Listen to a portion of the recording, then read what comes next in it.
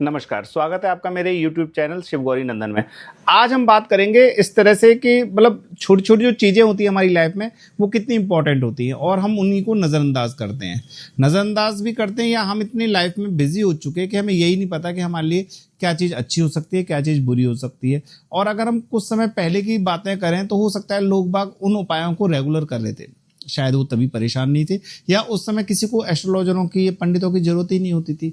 अगर मैं 40-50 साल पहले भी देखूं तो इतने लोग पंडितों के पास नहीं जाते थे। हो सकता है 2 या 5% लोग जाते थे, लेकिन आज की डेट में मैक्सिमम टू मैक्सिमम 70-80% लोग एस्ट्रोलॉजर और पंडितों के पास जा रहे हैं, क्योंकि उन्होंने अपने डेली रूटीन में बहुत चेंज कर लिया। कहने को वो कहेंगे कि हम बहुत बिजी हैं, हमारी भागदौड़ बड़ी जिंदगी है, लेकिन ऐसा नहीं है कि पहले काम नहीं थे, पहले भी काम थे, लेकिन वो अपने काम को लेके टाइमिंग से पंचुअल थे। उनको पता था कि हमें कितने बजे तक काम करना है और कितने बजे के बाद हमें अपने घर पे आ जाना है। आज की डेट में ऑनलाइन काम हो गया है, ना दिन का पता ना रात का पता, शायद तभी लाइफ में इतनी उथल पुथल हो रही है। तो कुछ पॉइंट्स मैं डिस्कस करूंगा जिससे कि आपकी लाइफ में कुछ अच्छा किया जा सके या जहां पर आप परेशान चल रहे हो वो चीज़ें सही हो जाए। सबसे पहले हम बात करेंगे कर्ज की, जिसको लेके बहुत लोग परेशान हैं कि भाई अगर हमारी लाइफ में कर्ज है तो हम उसको कैसे खत्म करें। सबसे सिंपल उपाय है, लाल मसूर की दाल लेनी है और किसी सफाई कर्मचारी को आप देना शुरू कर दो, कम से कम महीने में 4 बार, और उतना भी नहीं दे सकते तो महीने में कम से कम 1 बार तो देनी है, लेकिन ये रेगुलर रखना है, कम से कम साल भर करना है अपने उपाय। तो आप देखेंगे कि आपके कर्ज के रास्ते सही होने लगे और कर्ज को चुकाने के लिए नए नए अवसर आ रहे हैं, आप पर कहीं ना कहीं से पैसे आ रहे हैं। दूसरा उपाय हम बताएंगे, आज डिस्कस करेंगे।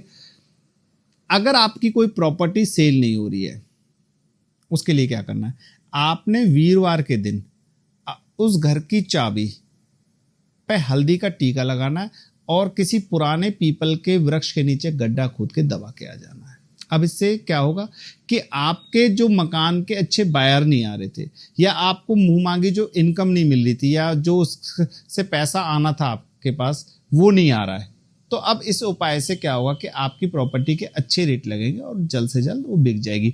अगर आप रेंट पे चढ़ाना चाहते हैं तो सेम उपाय उसमें भी काम करेगा कि आपके पास रेंट के भी आने जाएंगे। लेकिन अब ये पता कैसे चलेगा, तो जब आप उपाय कर रहे हो तब आपने ईष्ट को मान के, जिन भी भगवानों को आप ईष्ट मानते हो उनके नाम से ही वो चाबी रखनी है। अगर रेंट के लिए रखनी है तो आपने रेंट का बोलना है और सेल के लिए रखनी है तो आपने सेल का बोलना है। तो उसी हिसाब से वो अफर्मेशन जाएगी यूनिवर्स में और वो आपका काम हो जाएगा।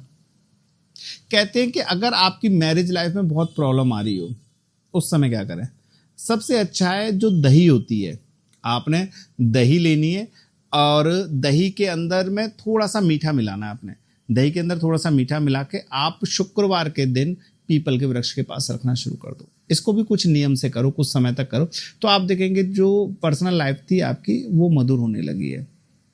जीवन में चारों तरफ से जब बिजनेस खराब होता है तो कहते हैं एक दिन में खराब नहीं होता है। जैसे कहते हैं ना, हमारा तो चलते चलते एकदम ही बिजनेस ठप हो गया, रातों रात हम रोड पे आ गए, ऐसा कभी नहीं होता। बिजनेस में भी प्रॉब्लम आ रही होती, हम उन्हें नजरअंदाज करते। अब उसके लिए क्या करना है, तो सबसे पहले तो आप अपनी उस बिजनेस प्लेस की ऑरा स्कैन कराओ कि वहां पर एनर्जी के, क्योंकि सबसे पहले वो एनर्जी खराब करेगा।